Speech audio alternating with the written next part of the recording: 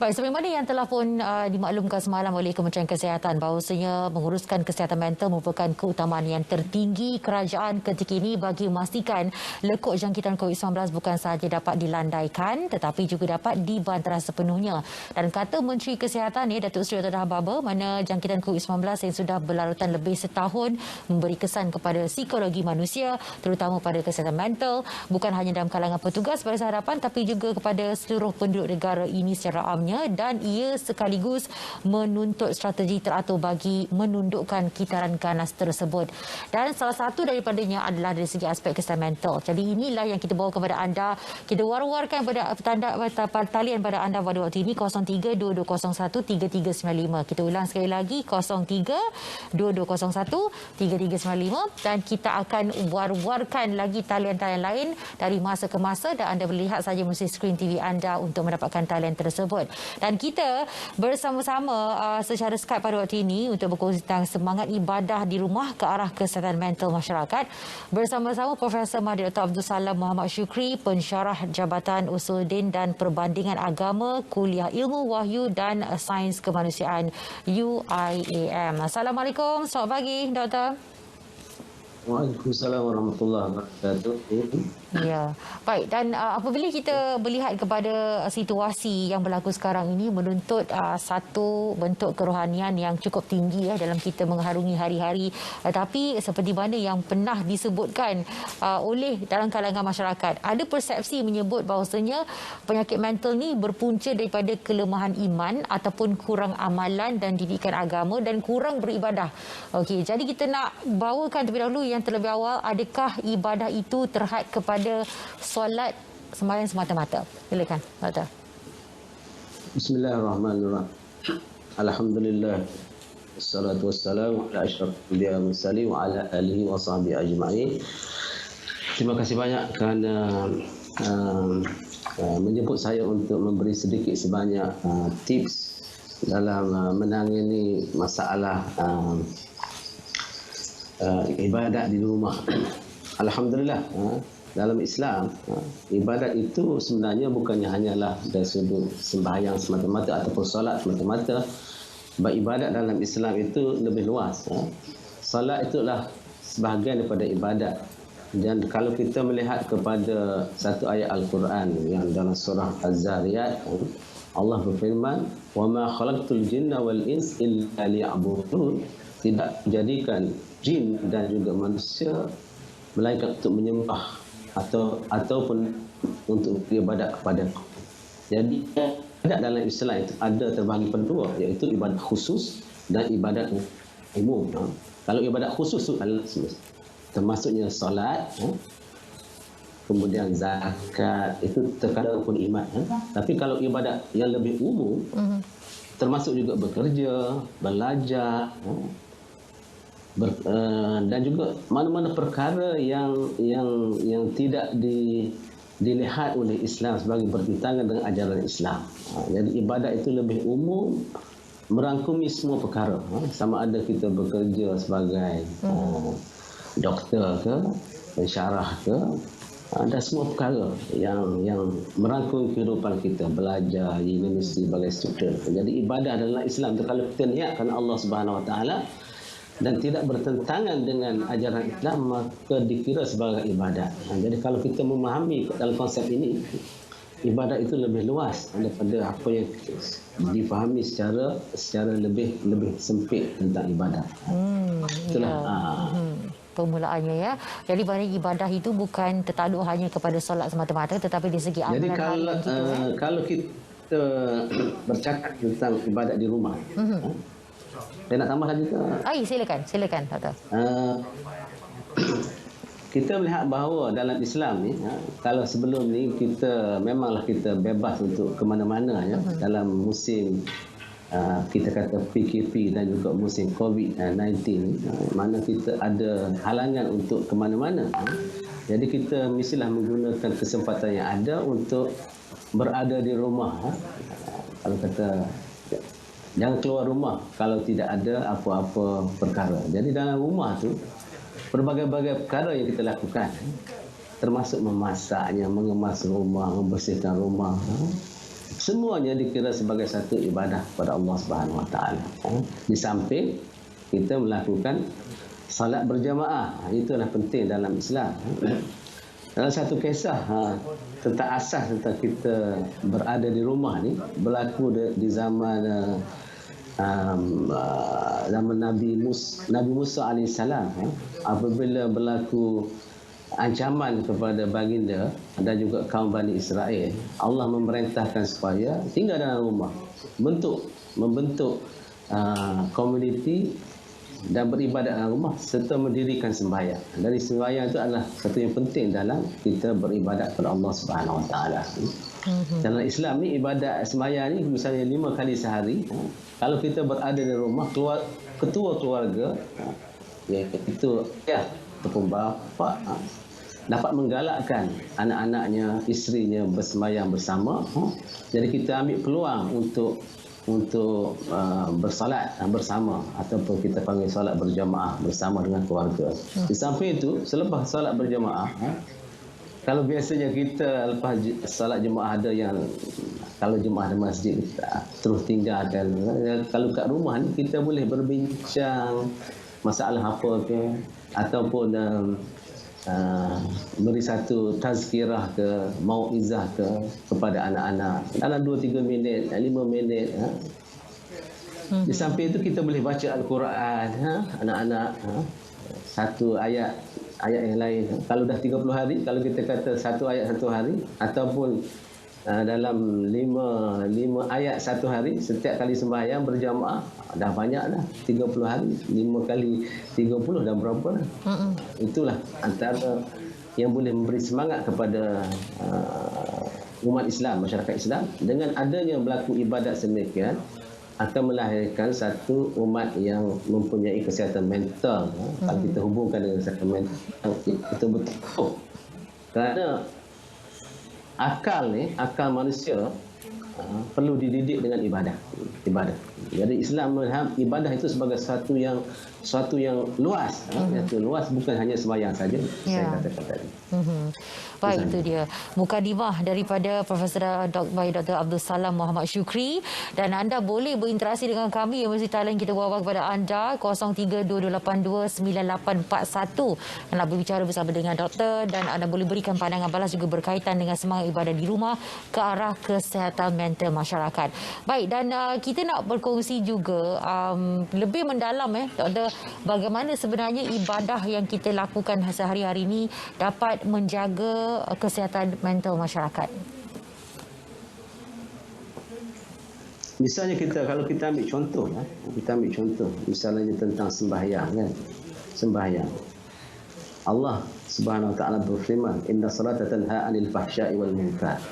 Sesungguhnya sembahyang itu dapat mencegah daripada benda-benda yang fahsya, benda-benda yang membawa kepada keburukan dan juga kemungkaran.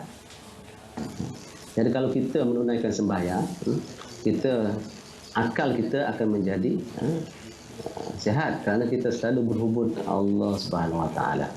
Jadi sembahyang itu sendiri akan mencegah kita daripada melakukan kejahatan, secara umum kejahatan. Kalau kita ambil ibadat-ibadat yang lain, misalnya zakat, puasa, haji dan sebagainya, semuanya memungkinkan kita untuk meletakkan diri kita dalam masyarakat. Misalnya kita menunaikan zakat fitrah ataupun zakat berbagai jenis zakat, zakat perniagaan, zakat binatang ternakan, zakat simpanan. Jadi kita menghulurkan bantuan untuk orang miskin pada 8 golongan yang ditetapkan oleh Islam. Di samping itu misalnya lebih pada zakat, misalnya sedekah, wakaf dan sebagainya. Kalau kita lihat kepada haji, satu perhimpunan umat Islam yang lebih besar, di mana kita dengan masyarakat yang begitu dekat. Jadi apabila kita dekat dengan masyarakat, ini akan memungkinkan kita mempunyai satu perspektif yang betul tentang apa yang berlaku dalam masyarakat. Kita melihat kekurangan masyarakat, kita melihat kekuatan masyarakat, semuanya kita boleh belajar pada situ. Jadi memberi satu input yang penting kepada akal kita. Sebab manusia ni dia ada, dalam Islam manusia itu terbahagi kepada beberapa unsur dalam diri manusia. Pertama, fizikal dia. Kalau tak sihat fizikal, misalnya kita pergi jumpa doktor. Kalau sakit, misalnya sakit COVID-19 dan sebagainya, kita pergi kena jumpa doktor.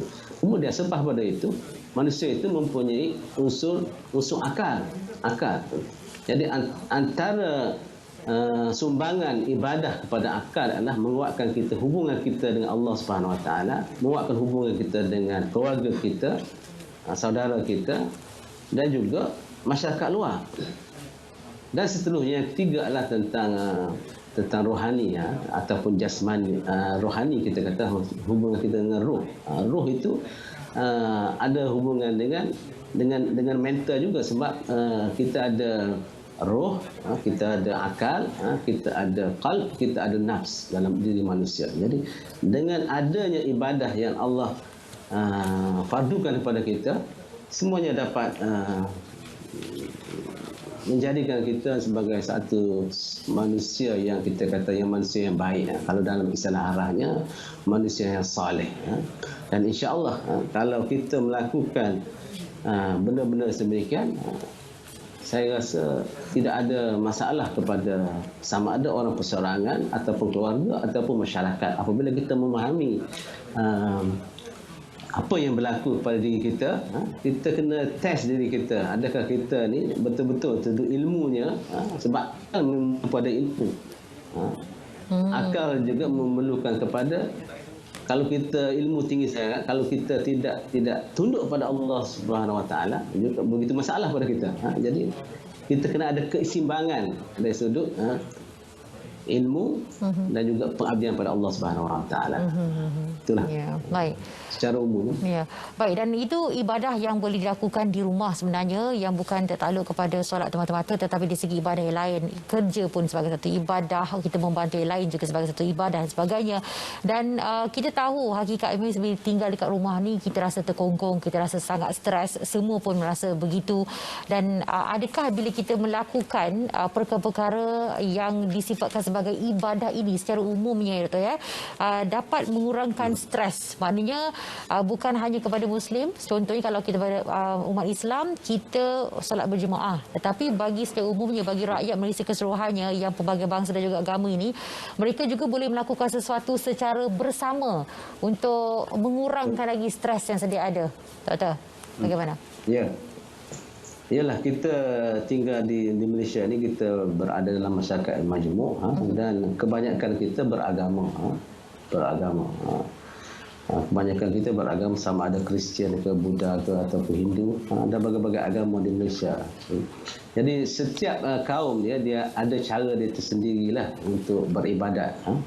Beribadat kepada Yang Maha Esa, pada Tuhan masing-masing. Jadi itu dalam Islam. Kita kalau rasa terkongkong, kadang-kadang tinggal di rumah ni, kalau dah jumpa tiap-tiap hari, tiap-tiap masa dan sebagainya, tengok muka yang sebagainya, ada tension misalnya.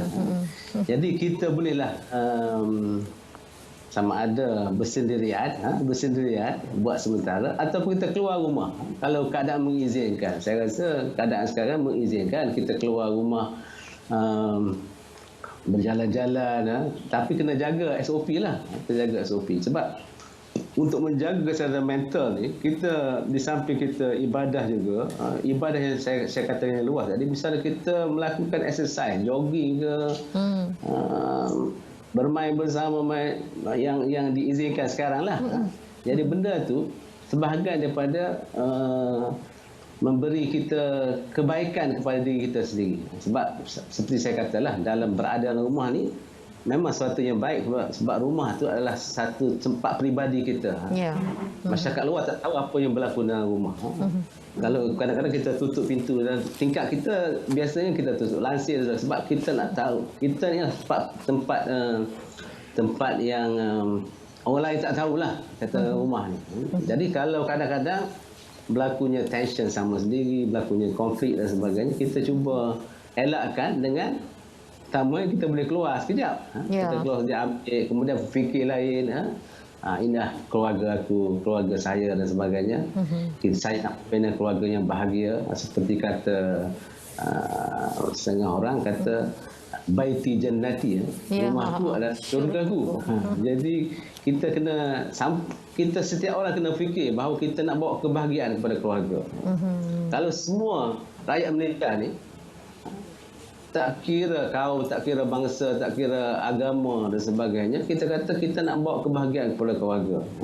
Jadi saya rasa dengan adanya kita letak tujuan adalah kebahagiaan. Jadi sebab kebahagiaan dalam Islam ni berbagai jenis pula.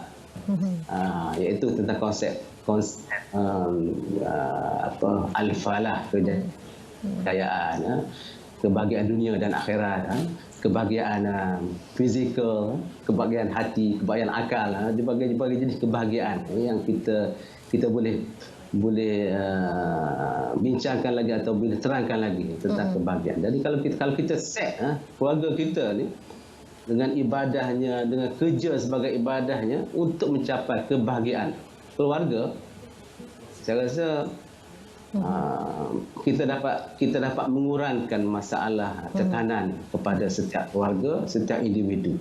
Dan setiap individu perlu cek lah sama ada dia ni ada tekanan atau tidak. Sebab kita tekanan ni memang suatu yang memang setiap orang akan mengalami. Misalnya kita nak pergi office, sekarang tak perlu pergi office. Kita nak pilih baju mana, warna baju apa. Akhirnya baju ni dah pakai, kita dah stres dari situ. Tapi stres yang boleh membina kita. Janganlah tiba-tiba tukar itu, tukar ini sebagainya. Kan semua orang akan menghadapi berbagai stres. Ada yang sehingga melangit, ada pun yang kita boleh handle. Jadi yang kita tak boleh handle tu, kita bagi tahu. Kalau kita dengan keluarga kita, bawa ayah kita, mak, kalau ayah tak baik sangat dengan ibu, kita mengadu, kita rasa tertekan. Jadi kalau macam dan biasanya ahli keluarga dia mesti nak buat sesuatu yang baik pada keluarga dia. Dia tak akan fikir benda-benda yang buruk pada keluarga sendiri. Jadi kita kena faham bahawa ahli keluarga ni memanglah tempat mengadu. Dia panggil social network kita, keluarga ataupun kawan yang dekat. Kalau yang lebih jauh lagi, kita pergi kepada pakar lah, pakar tentang masalah mental dan sebagainya. Itu yang lebih jauh. Ya, kita ada pelbagai saluran sebenarnya untuk meringankan beban kita. Ya, kita tak nafikan dalam kehidupan kita bermasyarakat, ada yang berkeluarga, ada keluarga ramai tinggal dalam satu rumah, ada yang tinggal berseorangan saja di rumah disebabkan situasi pandemik COVID-19 ini. Dan kerana itulah kita perlu kreatif mencari jalan macam mana cara untuk kita mengurangkan beban kita. Kita rasakan kita ada kawan-kawan, kita boleh telefon, kita boleh video call sebagainya. Teknologi tidak memisahkan kita, merapatkan kita sebenarnya kalau kita gunakan dengan baik. Tapi dalam masa yang sama juga kita tak nafikan bahawasanya untuk menghidupkan suasana seperti kita sebutkan tadi berkaitan dengan khusus dan juga fokus dalam berkaitan dengan ibadah. Apa sahaja bentuk ibadah yang dilakukan di rumah itu perlu dihidupkan oleh orang itu sendiri sebenarnya. Kalau tinggal seorang maka dialah yang perlu menghidupkannya. Kalau beramai-ramai perlu ada tonggaknya yang menghidupkan suasana tersebut. Jadi macam mana untuk kita membangkitkan semangat tersebut, semangat beribadah itu dalam rumah kita supaya kita dapat mengurangkan stres yang kita lalui pada ketika ini. Doktor. Okey. Ibaratnya mula-mula saya tak apa dengar tadi, tapi akhir saya dapatlah bahawa macam mana kita nak bagi bersemangatlah dalam beribadat kan.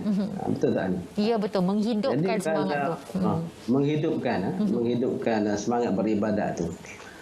Kalau kita misalnya kita tengok siapa itu orang itulah, kalau masih kecil lagi makna ibu bapa yang bertanggungjawab kan. Kalau dah cukup dewasa, kalau ibu bapa sebelum telah mendidik dengan baik, dia tak ada masalah lah.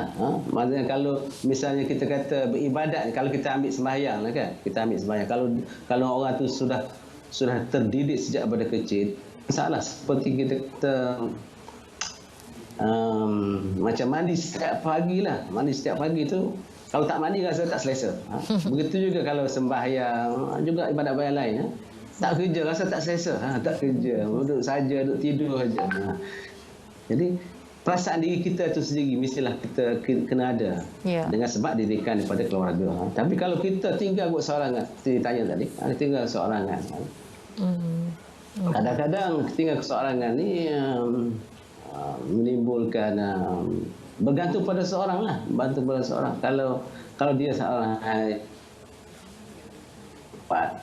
dia boleh. Tapi kalau untuk kita di samping kita sembahyang misalnya makan sebagainya, kita boleh baca buku, baca Al-Quran, baca zikir. Itu sudut ibadah yang khusus lah, baca Quran misalnya. Kita tetapkan baca Quran ni kalau secara yang terbaik lah, seperti dianjurkan oleh Nabi SAW. Quran tu perlu dibaca sebulan sekali, habis sebulan sekali. Jadi kalau mungkin sukar bagi kita, tapi itulah sahabat tanya Nabi SAW. Macam mana saya boleh baca Al-Quran? Nabi kata baca sebulan sekali. Tapi dia tak puas hati sehingga dia akhir sekali 3 hari dia nak baca. Jadi sahabat ni akhirnya dia baca 3 hari. Dan masa 3 hari habis satu Quran. Jadi dah tua-tua nanti dia jadi tak larat kan, tua-tua ni. Apabila 3 hari pun tak larat, jadi tapi dia terus meneruskan sebab dia malu dengan Nabi SAW. Sebab dia tanya soalan. Jadi kita ni kalau boleh kita tetap misalnya setiap hari kita baca Al-Quran. Kalau boleh kalau kita buat satu jadual. Dan Quran ni misalnya dah susun 30 juzuk tu ialah 30 hari lah kita kata. Tapi begitu kita kena kuat semangat lah. Sebab kalau boleh jadi sebulan kita boleh. Misalnya bulan Ramadan kita boleh. Tapi kalau bulan yang lain macam mana? Mana kekuatan mental kena ada situ. Kekuatan mental tu kita ada situ sebab kita rasa bahawa kita bukan sahaja dapat di dunia ni, kita akan dapat di akhirat nanti. Jadi kalau seorang Islam tu dia ada dua tujuan duniawi dan juga tujuan akhirat, saya rasa dia akan kuat dari sudut mentalnya. Begitu juga dengan amalan-amalan lain yang dia buat, sama ada dia kesorangan, dia tahu bahawa kalau misalnya dia melakukan benda-benda yang sia-sia lah, kita kata duduk tidur je satu hari kan, jadi akhirnya dia akan fikir dalam kepala dia, dalam otak dia bahawa ini benda yang tak bagus. Jadi astagfirullahalazim, dan insya-Allah hari keesokan hari dia kata kalau biasanya tidur lama kan, dia kurangkan sikit-sikit dan kita akan melakukan satu perubahan. Itu kalau keseorangan lah. Kalau keseorangan kat rumah, misalnya musim cuti, kita buat reflection. Musim minggu lepas saya buat apa? Tidur aja 24 jam misalnya. Jadi kita kena ubah bahawa benda lebih baik saya baca buku, lebih saya dengar siaran-siaran yang berfaedah, buka dokumentari ke dalam sekarang ni banyak dalam YouTube dan sebagainya, buka tengok. Saya tak tahu pergi ke Amerika, saya nak tahu apa di New York misalnya, kita tengok. Di samping kita tengok bukan hanya enjoy, kita ni masyarakat di negara Amerika, ini di London, di Paris, kita tahu. Kemudian kalau kita nak tahu apa-apa saja di yang berlaku dunia, kita just open the YouTube misalnya. Buka tu kita tahu apa perkembangannya. Itu sebahagian daripada cara kita coping dengan rasa kecewa ke rasa tak tahu nak buat apa. Jadi kita cuba cari perkara yang berfaedah. Salah satunya beribadat tadi. Tapi kalau kita beribadat secara luas, maka lebih senanglah kita menghadapi semua perkara dalam bukan saya kata boleh selesai masalah, tapi itulah cara kita. Tapi kalau kita ada masalah nanti, kita kembali pada Tuhan juga. Kita kembali pada Allah, kepada Tuhan. Ini kalau dalam Islam, kehidupan itulah sebagai satu ujian. Ujian kena penyakit ke, tak sihat ke, itu ujian. Dan dia semuanya mendekatkan diri kepada Sang Pencipta kita. Dan juga mendekati masyarakat dan diri kita sendirilah. Kita make reflection. Sebab berlaku macam ni. Baik. Okey. Baik, Doktor. Kita ada pemanggil di talian pada waktu ini Cik Yahya. Ya, Assalamualaikum. Waalaikumsalam. Ya, saya. Cik Yahya, teruskan. Assalamualaikum, Dr. Abdul Salam.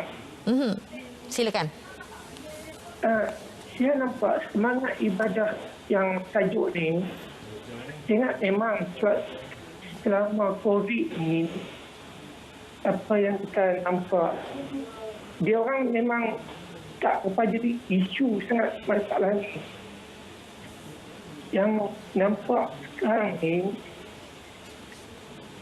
dari segi ekonomi, yang stres mental apa jadi mental kesihatan.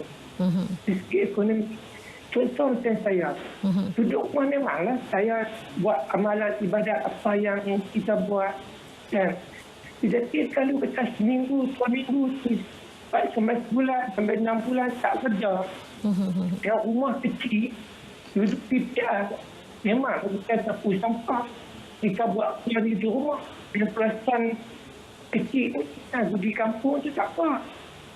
Ini yang taklah yang mental sekarang kita juga nak kontrol tu. Ya. Di amalan kita buat. Malam waktu itu wajib. Ibarat kita wajib kita buat. Itu ya. Yang jadi tahu dah suntik dah dua dos. Kalau kita keluar beli tiket ekonomi tak ada. Itu yang kita wajib. Kita dah tak boleh nak kerja. Sampai bila kita nak bertahan. Itu yang cintaan masyarakat di Indonesia sekarang ni. Macam ibadat kita buat, banyak keluarga kita buat di rumah. Tapi kalau duit hari keluar, tak disimpan. Ini yang masalah dia. Yang terjadi kepada kita sekarang ni. Mental kita tak boleh tahan ni. Saya cuba tanya banyak kawan-kawan. Dulu pernah masuk sebulan, bukan banyak, 3-4 ribu. Sekarang tak ada langsung, keluar sampai 6 bulan. Nak cari di mana? Dengan nak rantau negeri daerah tak boleh. Kalau alasan balik rumah tak boleh di kampung, dia balik kampung dia boleh buat kerja. Dia duduk di Kuala Lumpur dia tak boleh buat kerja. Ini yang masalah dia. Nak rentah alasan macam dia boleh. Tapi income dia di kampung ada. Dia balik kampung dia boleh buat kerja lah, tambah pendapatan dia. Ini masalah semangat ibadah yang tajuk ni saya sokong. Okey, baik. Jadi kita memahami, maknanya Cik Yahya menyatakan bahawasanya ya, pendekatan dari segi ibadah memang dilakukan saban hari. Tapi apabila kita ni kan memerlukan keseimbangan dunia dan juga akhirat kan doktor. Jadi apa yang dimaksudkan Cik Yahya tadi adalah kita dah melakukan ibadah seharian, kita dah melakukan semuanya. Tetapi dalam masa yang sama setiap hari juga kita menghadapi kekangan dan juga cabaran berkaitan dengan ekonomi kita. Jadi tak secara tak langsung ia dapat memberi impak dan juga kesan kepada pemikiran dan aktiviti seharian mereka. Jadi komen daripada doktor serta kesimpulan yang boleh diberikan terhadap topik kita pada pagi ini. Alhamdulillah kita dapat pertanyaan daripada Encik Yahya tadi tentang masalah ibadat. Kita kata selesai lah. Kemudian masalah yang dihadapi sekarang seperti kebanyakan kita apabila tak bekerja. Apabila tak bekerja memanglah suatu yang menekan kita sebab kita menanggung anak, menanggung isteri, kalau anak ramai, rumah kecil pun tak ada pendapatan lain. Jadi kita dalam Islam ni sebenarnya kita kena concern masyarakat yang memerlukan ni, kita kena ada satu database lah supaya benda-benda ni tak berlaku. Sebab manusia tu dari sudut keperluan kepada makanan ya, kita kata keperluan perut lah kalau dalam Islam, batniyah kita kata, perut dalam bahasa Arabnya batniyah, perut. Cara ialah kita dengan cara muamalat. Antaranya kalau kita ada duit kita boleh beli dan sebagainya, tapi kalau kita ada duit masuk kewajipan kepada jiran, kewajipan kepada keluarga yang terdekat dengan kita, kewajipan kepada kerajaan untuk tidak membiarkan perkara ni berlaku. Kita kalau kita tidur dan perut kita kenyang dan orang lain kelaparan, tak cukup makan dan sebagainya, satu dosa besarlah kepada jiran, kepada keluarga masyarakat dan juga kepada negara kalau perkara ini berlaku. Jadi kita dalam Islam sudah ada sistem, dia dipanggil sistem muamalat, sama ada berniaga ke ataupun dari sudut ibadahnya zakat, sedekah, wakaf dan sebagainya perlu digerakkan. Janganlah kita duk tunggu orang datang meminta dan sebagainya. Kalau benda tu kalau dah masuk dalam sudut fakir dan miskin lah, kita kata. Kalau kita ada kerja, jadi fakir miskin lah. Sebab tak ada duit dah.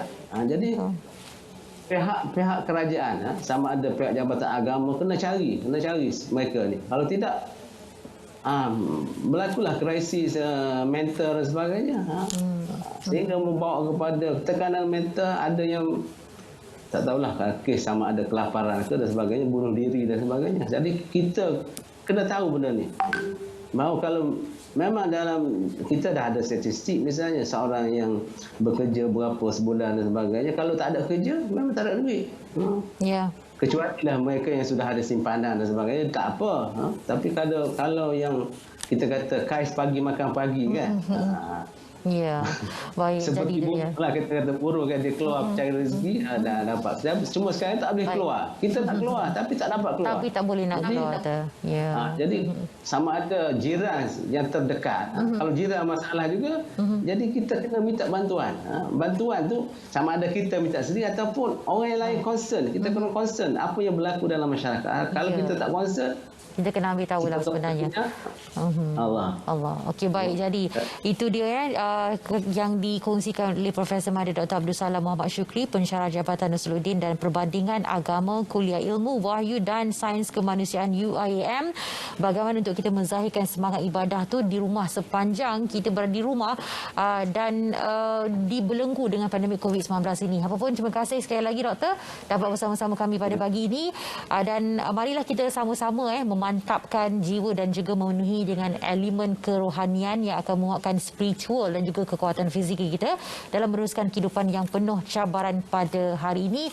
Dan azam kita setiap hari adalah untuk kita menjadi insan yang gembira setiap hari. Faham? Kita perlu ada balance ataupun keseimbangan dari segi kedua-duanya, dunia dan juga akhirat. Tapi dalam yang sama, kita harus mencarinya dengan semangat ibadah yang perlu dihidupkan setiap hari dalam rumah kita itu sendiri.